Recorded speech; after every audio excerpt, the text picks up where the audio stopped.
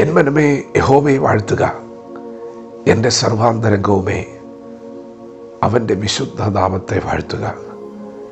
N മനമേ യഹോവയെ വാഴ്ത്തുക, അവൻ്റെ ഉപകാരങ്ങളൊന്നും മറക്കരുത്. ദൈവത്തിൻ്റെ മാറ്റമില്ലാത്ത വചനം ശ്രദ്ധിക്കുന്ന പ്രിയപ്പെട്ടവരെ, ദൈവത്തെ മറക്കരുത്. ദൈവം ജീവിതത്തിൽ ചെയ്ത ഉപകാരങ്ങളെയും മറക്കരുത്. നാം എപ്പോഴും നാം കടന്നു വന്ന വഴികളെ ഓർക്കണം. ദൈവം നമ്മെ കൊണ്ടുവന്ന പാതകൾ, ദൈവം നമുക്ക് വേണ്ടി ചെയ്ത അത്ഭുത പ്രവൃത്തികൾ, ദൈവത്തിൻ്റെ കരുതലുകളൊക്കെ ഇന്ന് പകൽ നാം ഓർക്കണം. ദൈവത്ര നല്ലവനാണ്, ദൈവത്ര വിശ്വസ്തനാണ്. അവൻ നിൻ്റെ അകൃത്യമൊക്കെ മോചിക്കുന്നു. അവൻ നിൻ്റെ സകല രോഗങ്ങളെയും സൗഖ്യമാക്കുന്നു. പ്രിയപ്പെട്ടവരെ, എന്തൊരു വലിയ പ്രവൃത്തിയാണ് ദൈവം നമുക്ക് വേണ്ടി ചെയ്തത്. പാപത്തിൻ്റെ ശമ്പളം മരണമാണ്. പാപം ചെയ്യുന്ന ദേഹി മരിക്കും. നമ്മളെല്ലാവരും മരിക്കേണ്ടവരാണ്. ആ മരണം എങ്ങനെ ആയിരിക്കുമെന്ന് ചിന്തിച്ചാൽ അത് കാൽവറിയിൽ യേശു മരിച്ച പോലെ ആയിരിക്കും. അതേ, അത്ര വലിയ ശിക്ഷയായിരുന്നു നമ്മെ കാത്തിരുന്നത്. എന്നാൽ പ്രിയരെ, നമ്മുടെ കർത്താവ് നമ്മുടെ പാപത്തെ ചുമന്നു, നമ്മുടെ മരണത്തെ ഏറ്റുവാങ്ങി. മനസ്സോടെയാണ് കർത്താവ് അത് ചെയ്തത്. നമുക്കൊരിക്കലും അത് മറക്കുവാൻ കഴിയുകയില്ല. അവൻ അകൃത്യമൊക്കെയും മോചിക്കുന്നു. പാപമോചനം നൽകുന്ന ദൈവം, നിത്യജീവൻ നൽകുന്ന ദൈവം ഇന്നലകളിൽ നമുക്ക് വേണ്ടി ചെയ്ത ഉപകാരങ്ങളെ ഇന്ന് പകൽ ഓർക്കാം.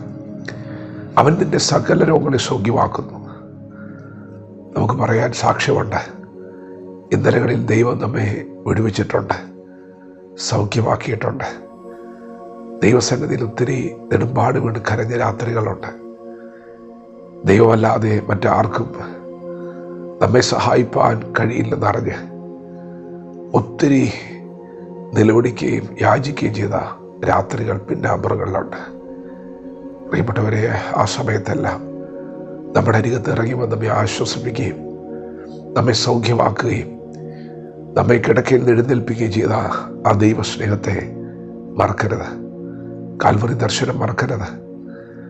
ഈ ഭൂമിയിൽ ജനിച്ച നാൾ മുതൽ ഇതുവരെയും ദൈവം ചെയ്ത കരുതലുകളും ദൈവത്തിൻ്റെ സംരക്ഷണവും കഷ്ടകാലത്ത് കൂടെ ഇരുന്നതും സൗഖ്യമാക്കിയതും മറക്കരുത്. അതെ, നമുക്ക് നന്ദി പറയാം.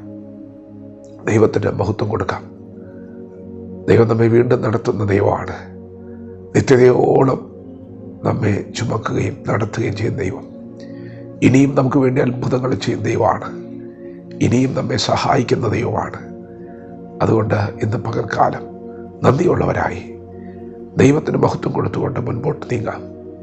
ഇളകാത്ത രാജ്യമാണ് നാം പ്രാപിക്കാൻ പോകുന്നത്. ദൈവശില്പിയായി നിർമ്മിച്ചതും അടിസ്ഥാനങ്ങളുമായ നഗരം.